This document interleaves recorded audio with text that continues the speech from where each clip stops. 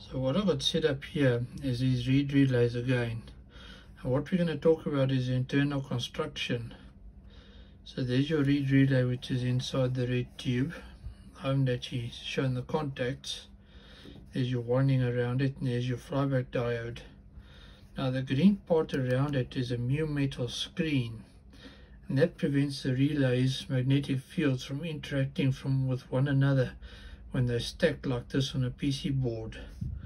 And what this means is that when I bring the magnet in from the end, the magnetism goes through to the reed relay from a fairly far distance. But when I approach it from the side, you can see that I've got to get quite close to the reed to get it to close.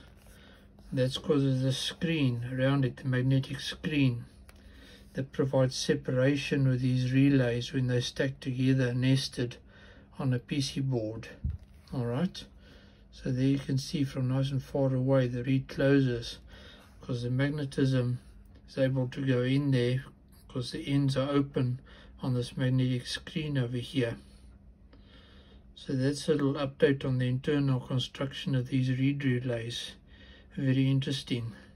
So ladies and gentlemen, that's going to be it. Take care.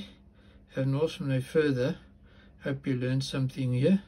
Maybe satisfied some curiosity. Take care.